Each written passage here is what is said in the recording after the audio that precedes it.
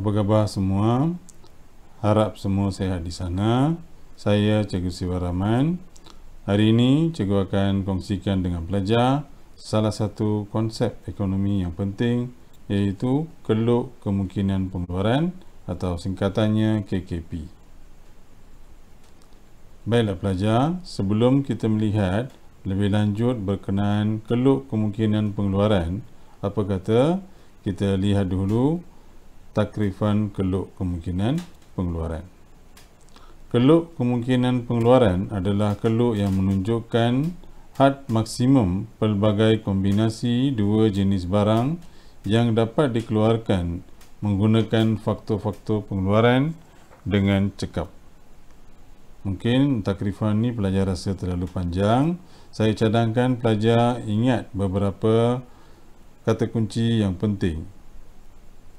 Keluk, had maksimum, kombinasi, pelbagai kombinasi, dua jenis barang yang dapat dikeluarkan menggunakan faktor-faktor pengeluaran, cekap pada tingkat teknologi tertentu. Mungkin selepas pelajar fokus dan mengikuti penjelasan yang seterusnya, pelajar akan mendapat satu gambaran menyeluruh tentang keluk kemungkinan pengeluaran dan pasti pada masa itu pelajar akan lebih faham akan takrifan keluk kemungkinan pengeluaran ini.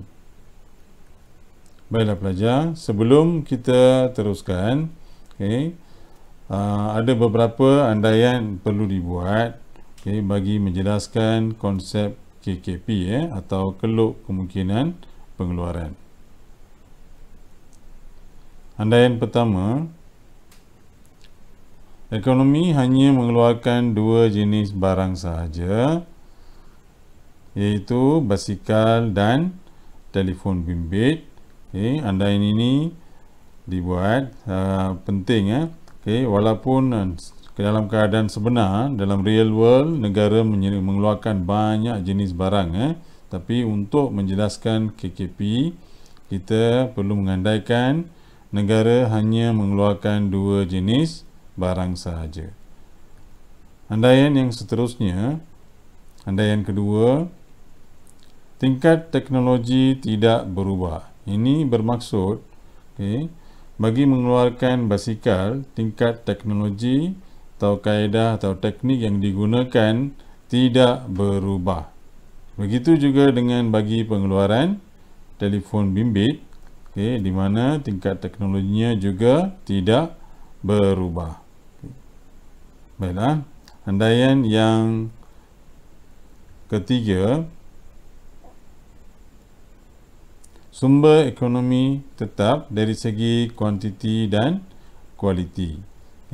Sumber-sumber ekonomi, kita ada 4 sumber ekonomi, iaitu tanah, buruh, modal dan usahawan. Dan sumber-sumber ekonomi tidak bertambah dari segi kuantiti dan juga kualitinya juga tetap tidak meningkat. Dan andaian yang terakhir, andaian keempat, sumber ekonomi digunakan secara cekap. Ini bermaksud bagi mengeluarkan basikal, telefon bimbit, faktor-faktor pengeluaran atau sumber-sumber ekonomi digunakan secara efisien, cekap, dan tiada pengangguran atau pembaziran sumber berlaku. Baiklah pelajar, kita imbas kembali ke semua andaian-andaian yang telah dibuat. Ekonomi mengeluarkan dua jenis barang sahaja, tingkat teknologi tidak berubah, sumber ekonomi tetap dari segi kuantiti dan kualiti, sumber ekonomi digunakan secara cekap.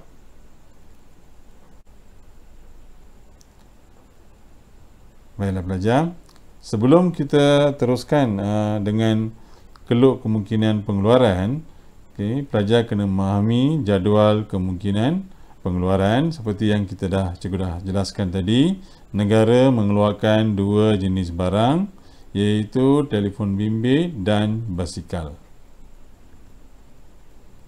Dan negara sebenarnya menggunakan, negara atau ekonomi sebenarnya menggunakan tanah, buruh, modal dan usahawan, iaitu sumber-sumber ekonomi, bagi mengeluarkan basikal dan telefon bimbit. Dan sebenarnya kalau perhatikan pada skrin, didapati terdapat banyak kombinasi-kombinasi yang boleh dipilih oleh negara. Kombinasi maksudnya kombinasi kuantiti basikal dan telefon bimbit yang boleh dipilih oleh negara, dengan menggunakan faktor pengeluaran terhad. Negara sebenarnya boleh memilih sama ada kombinasi P, Q, R, S ataupun T. Baiklah, jadual kemungkinan pengeluaran menunjukkan kombinasi barang yang dapat dikeluarkan apabila semua sumber ekonomi telah digunakan secara efisien. Ini adalah takrifan untuk jadual kemungkinan pengeluaran. Sama seperti keluk, cuma di situ keluk, sini jadual kemungkinan pengeluaran. Baiklah pelajar, negara sebenarnya ada pilihan untuk memilih kombinasi P di mana 14 unit basikal dikeluarkan, tiada telefon bimbit dikeluarkan, atau boleh memilih kombinasi Q di mana 12 unit basikal dikeluarkan dan 1 unit telefon bimbit dikeluarkan. Begitu juga dengan kombinasi R, 9 basikal, 2 telefon bimbit, dan kombinasi S, 5 basikal dan 3 telefon bimbit, dan akhir sekali kombinasi T, 0 basikal atau tiada keluaran basikal, semuanya adalah telefon bimbit, iaitu sebanyak 4 unit. Dan untuk pengetahuan pelajar, kombinasi P di mana negara mengeluarkan 14 unit basikal bermakna semua faktor-faktor pengeluaran atau sumber-sumber ekonomi digunakan untuk mengeluarkan basikal. Begitu juga dengan kombinasi T, iaitu sebanyak 4 unit telefon bimbit dikeluarkan, berarti semua faktor pengeluaran dialih ataupun beralih dari pengeluaran basikal ke telefon bimbit. Dan titik atau kombinasi T ini juga disebut sebagai pengususan dalam pengeluaran. Begitu juga dengan kombinasi P, juga disebut sebagai pengususan dalam pengeluaran. Apabila negara beralih dari kombinasi P ke kombinasi Q,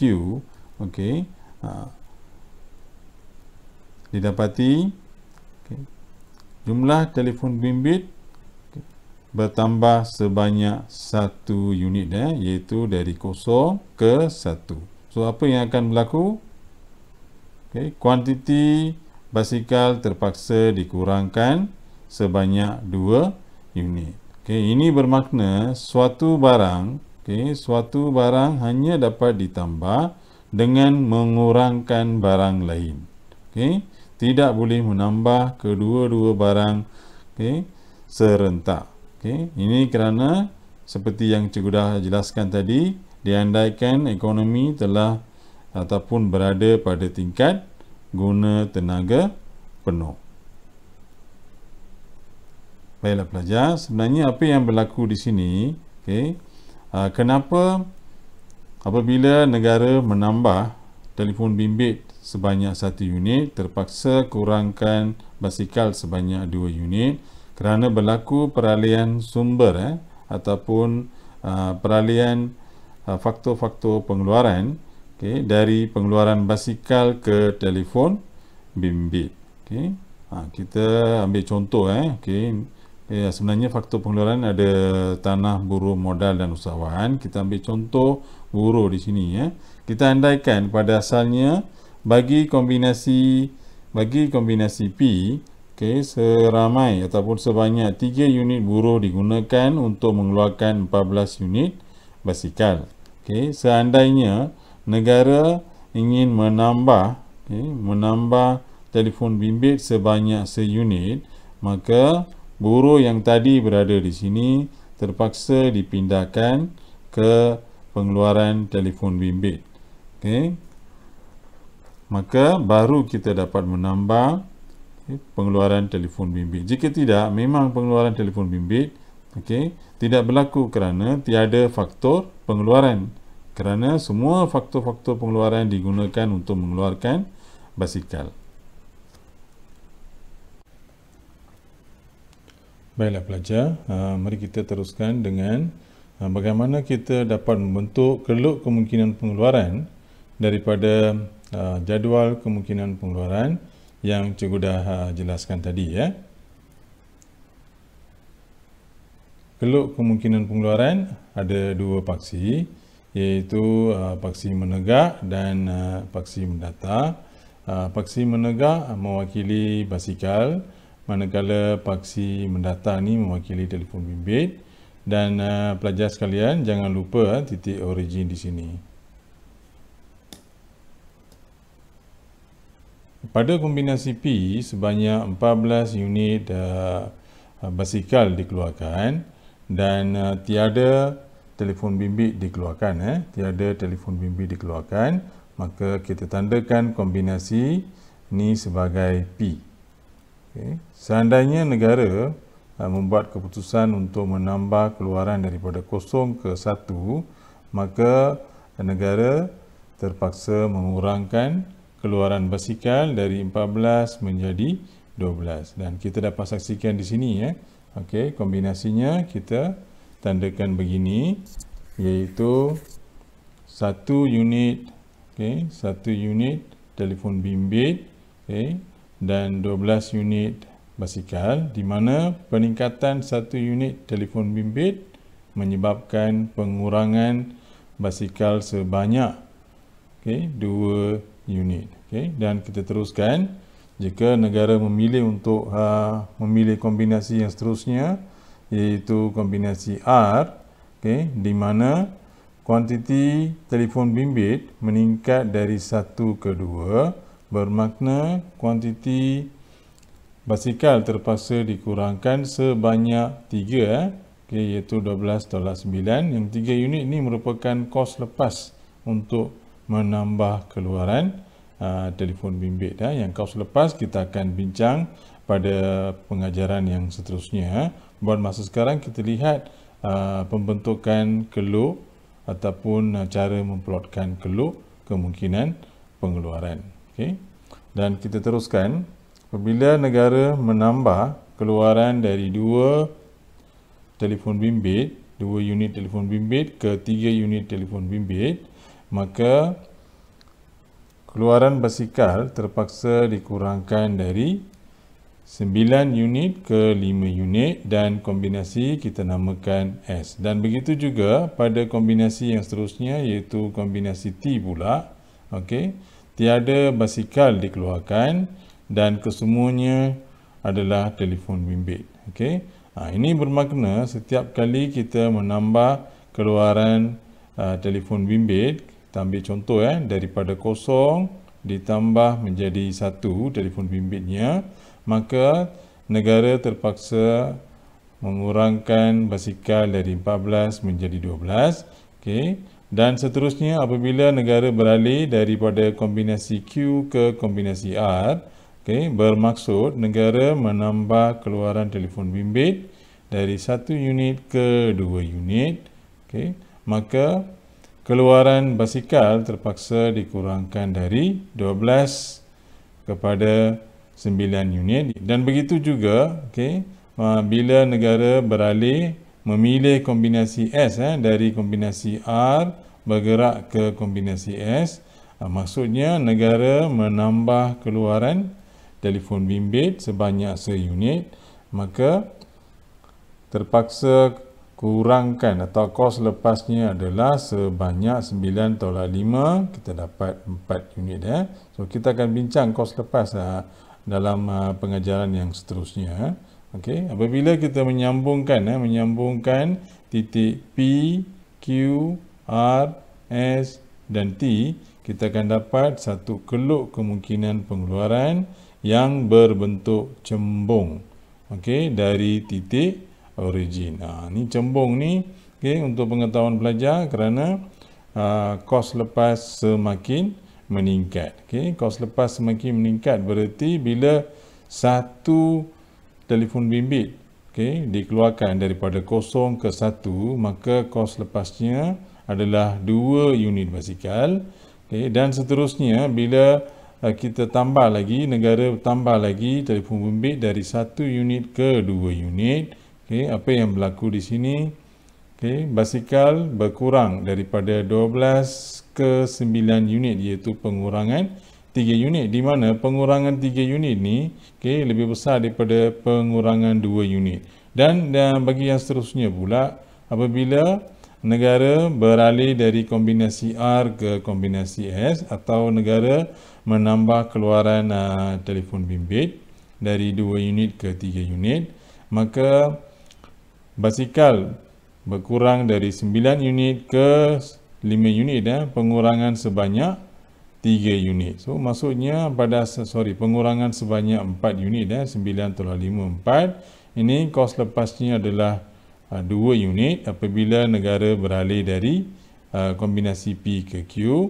Apabila negara beralih dari kombinasi Q ke kombinasi R, maka kos lepasnya adalah sebanyak 3 unit dan seterusnya 4 unit. Kita dapati kos lepas semakin meningkat.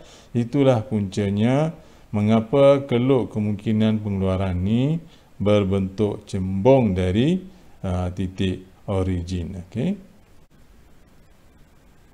Baiklah pelajar, seperti yang cikgu dah katakan tadi, apa kata kita imbas kembali takrifan keluk kemungkinan pengeluaran setelah kita bincangkan jadual kemungkinan pengeluaran dan keluk kemungkinan pengeluaran. Keluk kemungkinan pengeluaran adalah keluk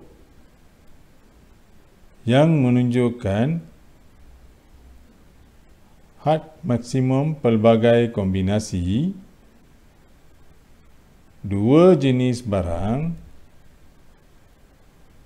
yang dapat dikeluarkan dengan menggunakan faktor-faktor pengeluaran dengan cekap pada tingkat teknologi tertentu.